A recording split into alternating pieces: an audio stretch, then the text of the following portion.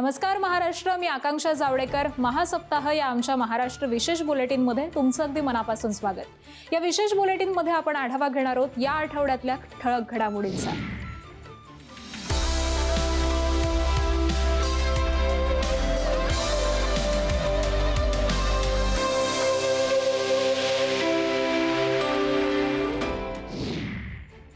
पहिली बातमी आहे रायगड जिल्ह्यामधून.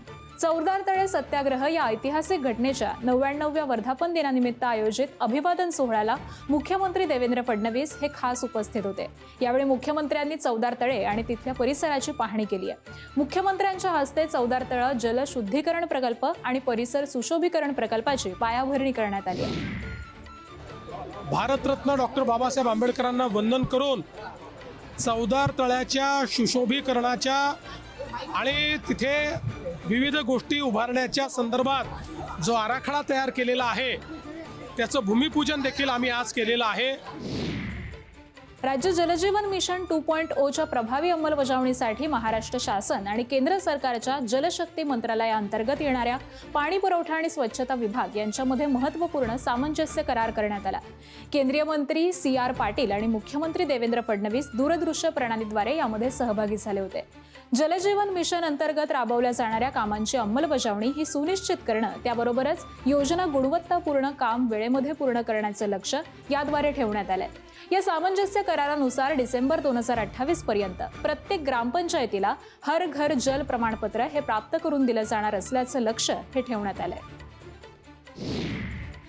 पुढची बातमी नागपूरमधून. नागपूरमधल्या रेशीमबाग मैदानावरती भरवण्यात आलेल्या महालक्ष्मी सरस प्रदर्शनाला मुख्यमंत्री देवेंद्र फडणवीस यांनी भेट दिली.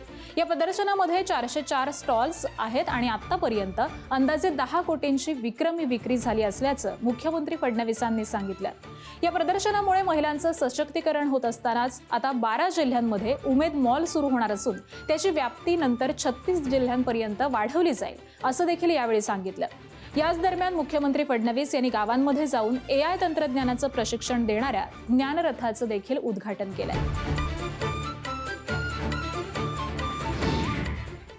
उपराष्ट्रपती CP राधाकृष्णन यांच्या उपस्थितीमध्ये मुंबईमध्ये रतन टाटा महाराष्ट्र राज्य कौशल्य विद्यापीठाचा पहिला दीक्षांत समारंभ लोकभवनामध्ये पार पडला. या कार्यक्रमामध्ये बोलताना स्टार्टअप इंडिया असो किंवा मेक इन महाराष्ट्र, प्रत्येक निर्मितीला, कल्पकतेला आणि कष्टाला वाव देण्यासाठी राज्य शासन तुमच्या पाठीशी उभा आहे अशी ग्वाही यावेळी सुनेत्रा पवारांनी दिली आहे.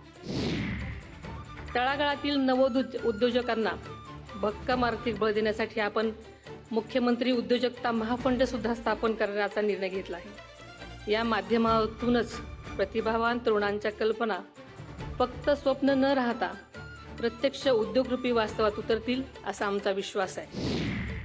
आणि याच दरम्यान मुख्यमंत्री देवेंद्र फडणवीस यांनी महाराष्ट्राच्या शैक्षणिक संस्थांमध्ये राबवण्यात येणाऱ्या से नो टू ड्रग्स या मोहिमेची देखील सुरुवात केली आहे.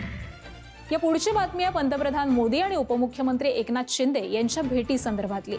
पंतप्रधान नरेंद्र मोदी आणि उपमुख्यमंत्री एकनाथ शिंदे यांच्यामध्ये इराण-इस्रायल युद्धादेशांतर्गत परिस्थिती, महाराष्ट्रातल्या विविध प्रश्न यावरती सविस्तर चर्चा झाली. युद्धामुळे कुवेत, दुबई, मस्कत या ठिकाणी अडकलेल्या महाराष्ट्रातल्या नागरिकांना पुन्हा मुंबई, पुणे इथं सुखरूप आणण्याची माहिती त्यांनी पंतप्रधानांना दिली आहे. ज्या वेळेस देश अडचणीत असतात त्या वेळेस एक दुसऱ्याला मदत करणं हे आपलं कर्तव्य असतं आणि त्यामुळेच त्यांच्या या सर्व चांगल्या संबंधांमुळे आपले होर्मुझमधून 2 जहाजं, तेलाची मोठी जहाजं आली, त्याला हिरवा कंदील इराण दिला. या बाबतीत देखील मोदीजींशी बोललो मी. मुंबईमध्ये मुख्यमंत्र्यांच्या हस्ते जेन-ओ पिक्सेल एंड प्ले आणि ग्लोबल ई-स्पोर्ट्स गेम्स फायनल्सचं उद्घाटन करण्यात आलं.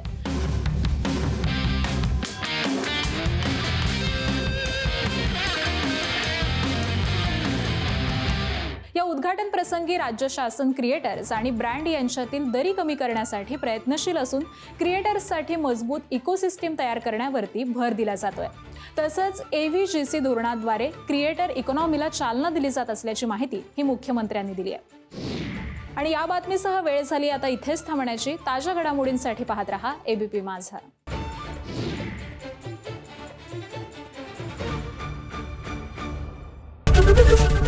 ABP माझा, उघडा डोळे बघा नीट.